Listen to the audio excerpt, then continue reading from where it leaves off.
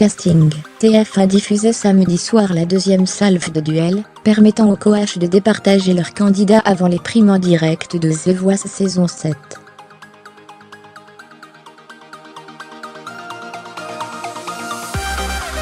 Qui sont les derniers qualifiés? LCI fait le point, c'était la dernière ligne droite, et la dernière émission enregistrée, avant les grands primes en direct de The Voice saison 7 sur TF1.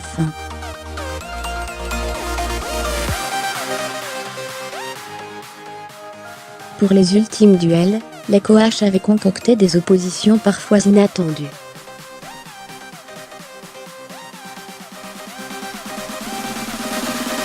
On vous raconte tout, Edouard, tant Zazie y cache bien son jeu.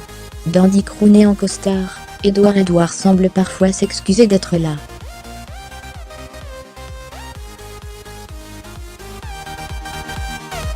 Mais il dispose de ce petit grain de folie dont raffole sa coach.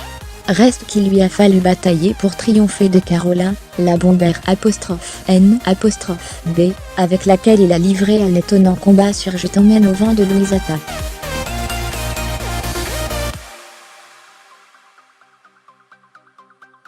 Gagnera-t-il en assurance d'ici les primes?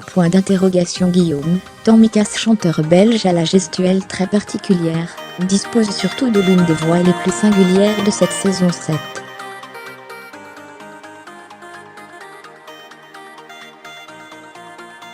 Poétique, mystique, d'une autre planète. Sur Sign of the Time, le tube de Harry Styles, l'élégante Canclery, trop classique, n'a pas fait le poids.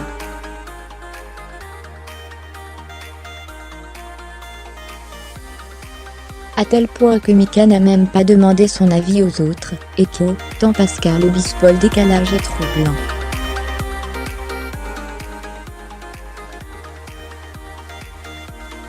À peine sorti de l'adolescence, Eko chante avec une maturité qui impressionne tout le monde depuis les auditions à l'aveugle.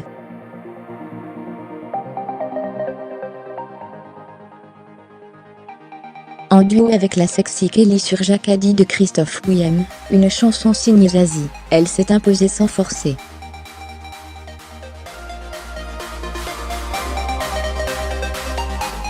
Discrète, mais terriblement convaincante à chaque performance, c'est une véritable outsidée à la victoire finale.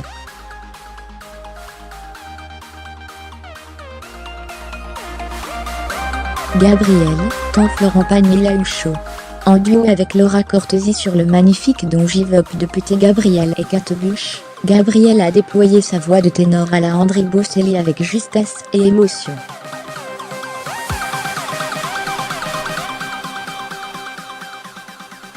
Hors sujet d'après Zazie et Mika, pour qui les paroles de cette ballade désespérée réclamaient plus de retenue.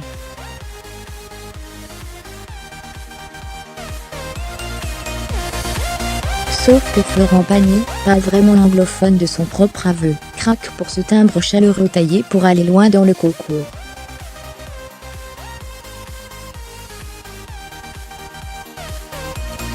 Crier, tant Pascal Obispo, pêché par le nouveau coach de l'émission lors de l'audition finale, Claire, et Richard, Alia, les Crier, se sont retrouvés en duel face au sautillant Abel Martin.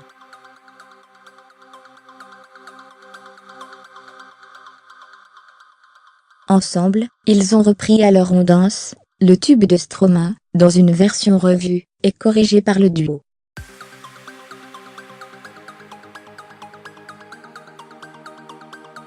Leur approche sophistiquée a logiquement eu raison de l'enthousiasme de leur adversaire d'un soir.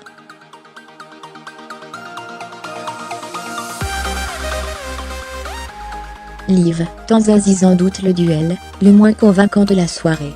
Liv et Yvette ont manqué de punch et d'assurance sur Yellow, le tube héroïque du groupe anglais Coldplay.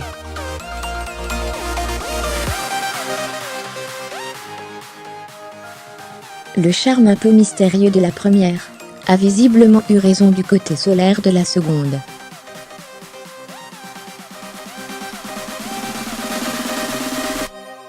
Mais pour aller plus loin dans la compétition, Liv va devoir hausser le niveau. Betty Patural, tant Pascal Obispo, son timbre bouleversant et bouleversé appartient à une autre dimension.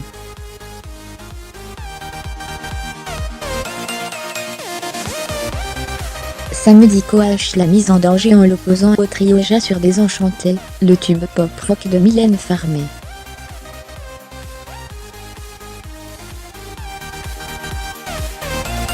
Betty s'en est sortie avec les honneurs, et avec le sourire, pour se qualifier sur les primes.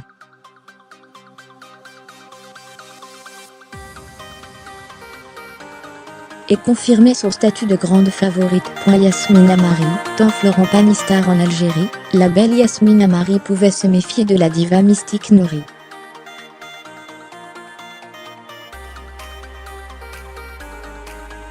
À l'issue de ce duel de grande voix sur Tia You Can For, morceau R'(N')B de Rihanna, le vétéran des Coaches a semblé il privilégiait la belle assurance de la première, même si la seconde est loin d'avoir démérité.